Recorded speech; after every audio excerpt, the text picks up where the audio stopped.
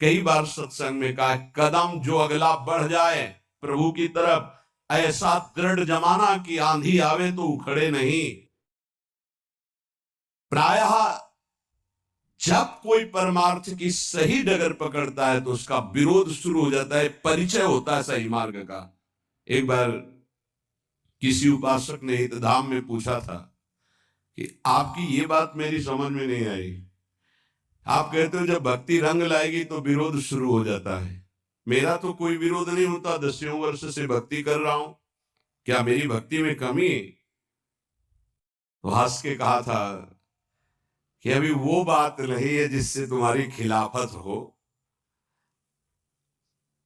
जब आएगी तो हम आपको बता देंगे कि देखो शुरू हुआ कि नहीं। जब शुरू हुआ तो कहा, क्यों भाई समझ पा रहे हो?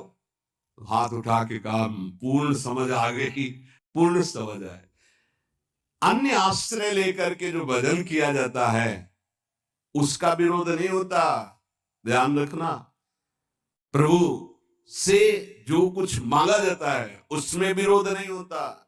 जब प्रभु को पाना है सीधे और सीधे केवल भगवद अनन्यता है, अब विरोध लाएगा, अब रंग लाएगा विरोध, क्योंकि तुम्हारे सीधे मार्ग को छुड़वाना पड़ेगा। अगर ये पकड़े रहे तो तुम माया पर विजय प्राप्त कर लोगे। और अभी अनंत जन्मों से माया हमें रौंदती रही है, वो कैसे बर्दाश्त करेगी कि हमारे चरणों में गिरा, ये हमको चरणों से रौंद के निकल जाए, ऐसा कैसे हो सकता है? तो वो प्रियजनों के, बड़े जनों के, नीच जनों की बुद्धि में भेजती है, यहां से तीर काम करेगा, यहां से काम करेगा, यहां से काम, फिर जब देखती है ऐसा नहीं तो इंद्रिय द्वारों पे उसी के दैवी शक्तियां जागृत कर देती, अब आकर्षित करो। पर मंत्र जाप नाम के प्रभाव से फिर भी नहीं तो सिद्धियों को भेजती, तू आकर्षित कर। आखिरी पॉइंट्स, मान सम्मान कीर्ति सिद्धियां, गिरा इसको, लेकिन गुरु कृपा पात्र जो उसको, तो फिर वे आगे परम विद्या स्वरूप ज्ञान विज्ञान संपन्न वो भगवत चरणारविंद का साक्षात्कार करता है। इसको समझो परमार्थ को। हाय हाय नहीं मचाना कि विरोध हो रहा है अब क्या करें, निंदा हो गई अब क्या करें। बहुत आश्चर्य होता है, अपनी वासना की पूर्ति को साधना माना जाता है और साधना को नाटक माना जाता है। कैसी बुद्धि, कैसी बुद्धि। स्थिति देखी जाती है, बाहरी व्यवहार से कह रहे किसी परमार्थिक की परीक्षा नहीं की जाती, आंतरिक वृत्ति से की जाती है। बाहरी व्यवहार कुशल है, अंदर से भ्रष्ट है, उसे नहीं कहा जाता परमार्थिक।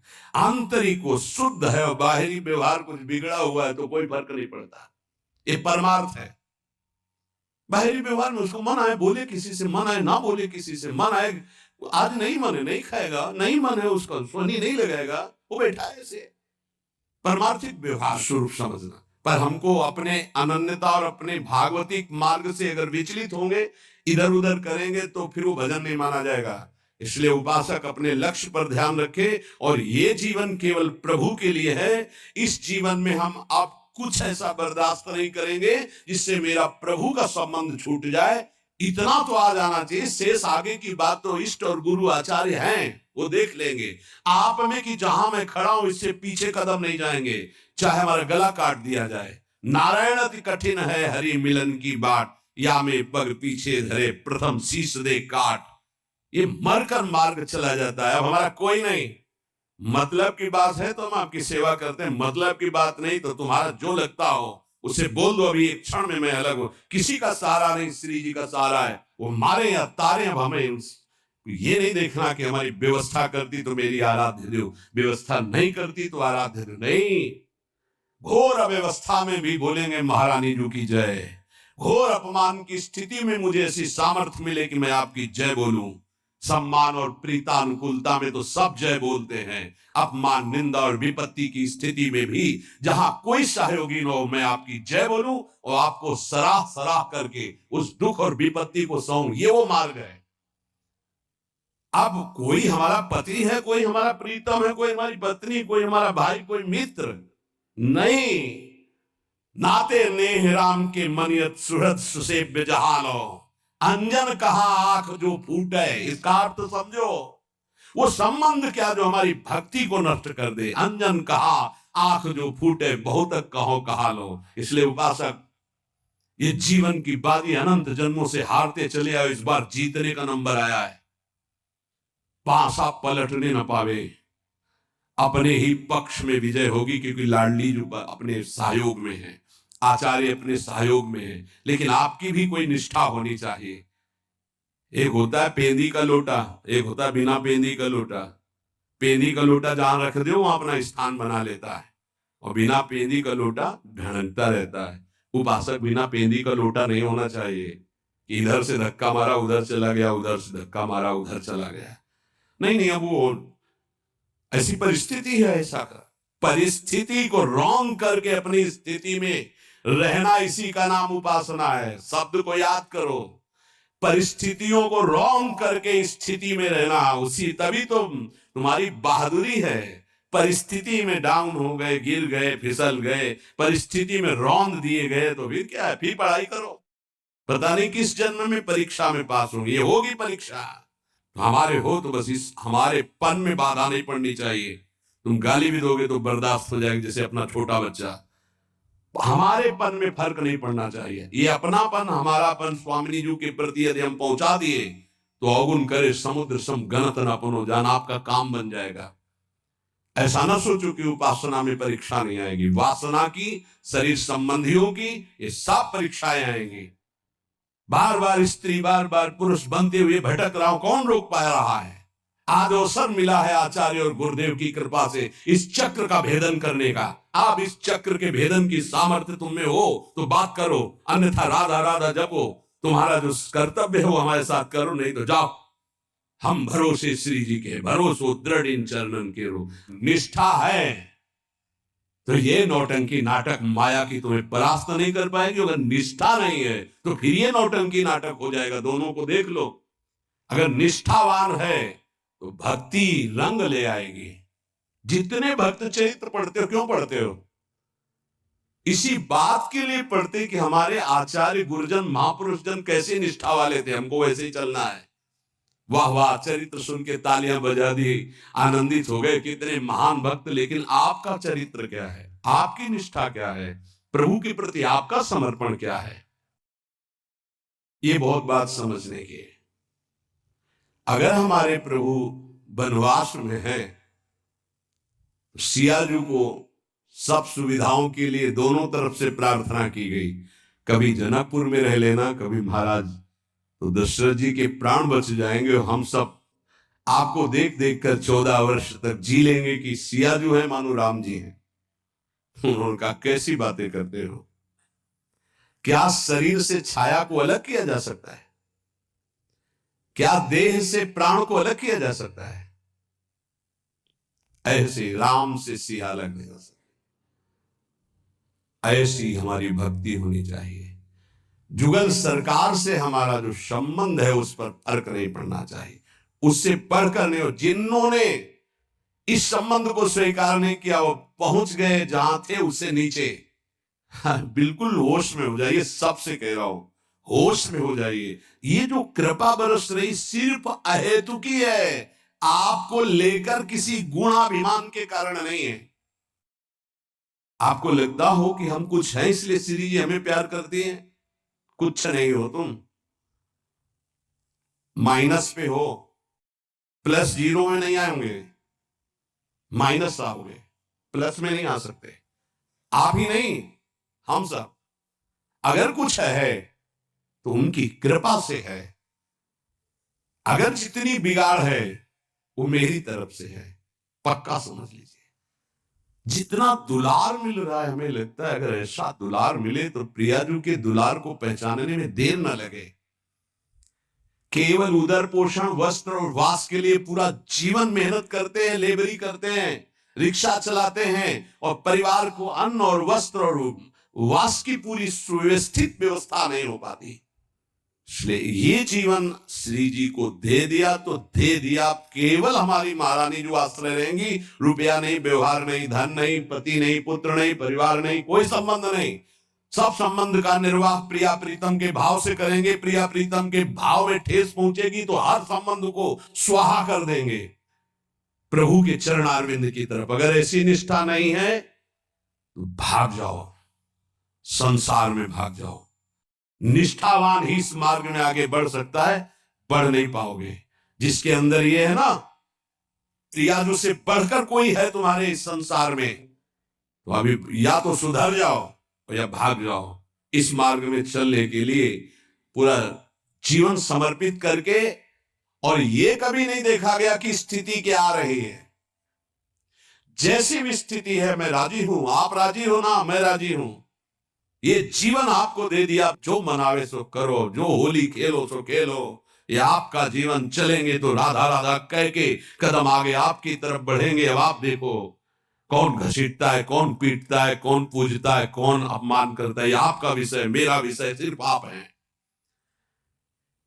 ये रोज सत्संग मिल रहा है आपको, ये कुछ दिनों के लिए सौभाग्य है, ध्यान रखना।